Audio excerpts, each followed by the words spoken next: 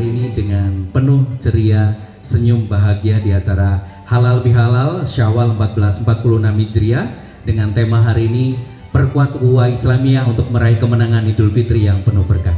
Boleh minta tepuk tangannya Bapak Ibu sekalian.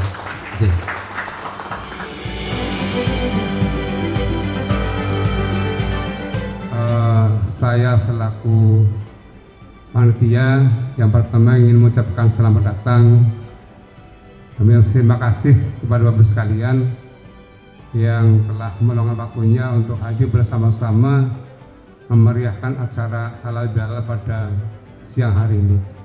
Acara Halal Bihalal ini kita manfaatkan bersama untuk silaturahmi antar kita semua, saling memberi maaf, karena tidak mustahil selama kita bergaul, berkomunikasi dan banyak semua tentunya ada salah di sana sini. Sekaligus saya selaku pengurus juga mohon maaf karena selama ini masih banyak kelemahan kekurangannya, sehingga mulai momen yang bahagia ini kita dengan rendah hati kami mohon maaf yang sebesar-besarnya. Mudah-mudahan di waktu yang datang kita bisa melaksanakan tugas dengan lebih baik lagi dan untuk memberi kemajuan untuk PPR kita bersama. Yang jelas perlu silaturahmi di antara kita. Yang berikutnya, sadar atau tidak, disengaja atau tidak, pasti punya salah di antara kita. Oleh karenanya momen halal bihalal itu menurut saya sangat penting dan wajib untuk dilaksanakan gitu. Tentunya secara pribadi dan untuk atas nama Ketua DPD Purban Jateng, kami menyampaikan selamat Idul Fitri ya, dan tentunya mohon maaf lahir dan batin. Oke, yang berikutnya izin saya menyampaikan ada rencana Perbarindo untuk mengadakan Munas luar biasa merubah nomenklatur. Bapak Ibu, BPR kita sudah berubah menjadi Bank Perekonomian Rakyat. Perbarindonya mesti Perhimpunan Bank Perkreditan Rakyat. Nah, jangan sampai nanti gutang beda antara yang diwadahi sama yang mewadahi gitu. Oleh karenanya ini juga ada pertanyaan. Nah, itu Perbarindo kan asosiasinya perkreditan, saya kan sudah rubah jadi perekonomian gitu kan. Nah, untuk menjawab debatable mana ayam mana telur gitu, dari DPP menginisiasi mengirimkan himbauan kepada semua anggota Perbarindo selama ini untuk ngirim surat ke DPP mohon diadakan Munaslup. Yang sudah kami aturkan terima kasih untuk atas nama DPP, yang belum saya nderek titip segera kirim surat itu ditunggu.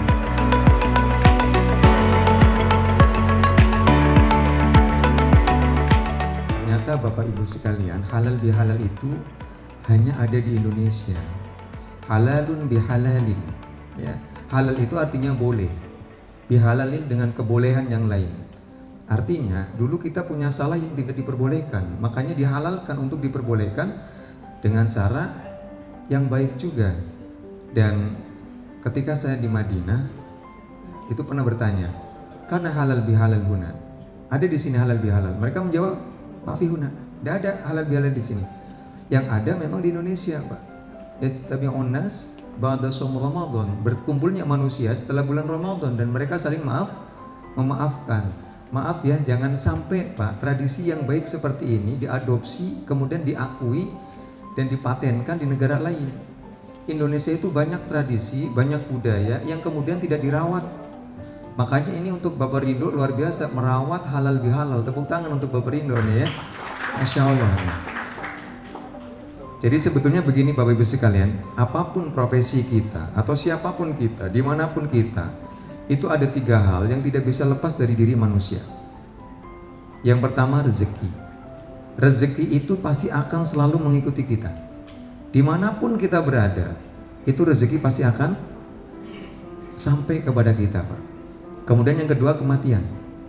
Kematian ini pasti akan sampai kepada kita. Ditunggu nggak ditunggu, dihindari atau dinanti, pasti akan datang. Dan yang ketiga adalah masalah. Nah, ini akan kita bahas di halal bihalal tahun ini ya. Masalah ini pasti akan selalu mengikuti kita. Dimanapun kita berada, itu rezeki pasti akan sampai kepada kita. Ditunggu nggak ditunggu, dihindari atau dinanti, pasti akan datang. Dan yang ketiga adalah masalah. Nah, ini akan kita bahas di halal bihalal tahun ini ya. Masalah ini Ketiga yang tidak mungkin akan lepas dari diri kita. Jadi tidak mungkin manusia itu terlepas dari masalah. Bapak punya masalah? Punya. Ibu? Punya. Kita bisa menyelesaikan masalah itu bukan karena kehebatan kita, bukan karena kepiawaian kita, bukan karena relasi, ya, tapi karena Allah mau membantu menyelesaikan masalah. Nah, 5 shot ini adalah akselerasi bagaimana kita bisa mendapatkan pertolongan dari Allah. Shot yang pertama dan shot yang kedua saya gabung karena ayatnya jadi satu. Shot yang pertama adalah sabar. Shot yang kedua adalah sholat. Jadi kalau punya masalah, maaf, please jangan speak dulu kepada siapapun kecuali kepada Allah. Caranya bagaimana? Baik sholat, dengan sholat. Kemudian yang ketiga, silaturahim. Ini bagus nih. Mengurai masalah itu salah satunya dengan silaturahim. Silah itu artinya menyambung, rahim nanti ada bedanya rahim dengan rohmi ya. Walaupun akar katanya sama dari rohima. Ya. Kalau yang menggunakan rahim berarti menyambung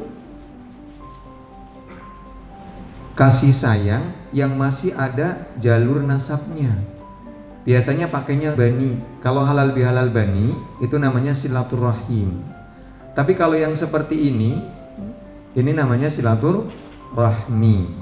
Karena bukan hanya dari satu ya, rahim saja. Tapi nggak usah perlu bingung Pak ya. Akar katanya sama. Silaturahim itu wajib, bukan sunnah. Itu ada dalam surah An-Nisa ayat pertama. Ayatnya panjang. Pada kalimat wal arham dan sambunglah silaturahim. Kemudian yang keempat, sodaqoh. Sod juga kan? Sholat, apa? Sobar, sholat, silaturahim, sodaqoh. Kata Nabi, dawu maridakum bis sodaqoh. Obatilah sakitmu dengan sodaqoh. Maka sebelum sakit banyak sedekah. Dan sedekah yang paling utama ketika pagi hari, Pak. Karena ada 2 malaikat yang diturunkan oleh Allah setiap pagi ketika melihat malaikat ini ada orang sedekah. Ketika subuh sedekah. Yang terakhir, sholawat. Ingat ya, sholawat itu perintah yang ada dalam surah Al-Ahzab ayat 56. Innallaha wa malaikatahu yusholluna 'alan nabi ya ayyuhalladzina amanu shollu 'alaihi wa sallimu taslima. Sesungguhnya Allah dan para malaikatnya bersolawat atas Nabi yaitu Nabi Muhammad sallallahu alaihi wasallam. Wahai orang-orang yang beriman, bersolawatlah dan ulukan salam kepada Nabi. Sehingga Nabi mengatakan, man shalla alayya sholatan wahidatan sallallahu alaihi asyra. Siapa yang bersolawat kepadaku dengan 1 kali solawat, maka Allah akan balas kepadanya 10 kali solawat. 10 solawat dari Allah adalah 10 pertolongan. Jadi kalau punya masalah, banyak solawat. Allahumma sholli ala Muhammad wa ala ali sayyidina Muhammad.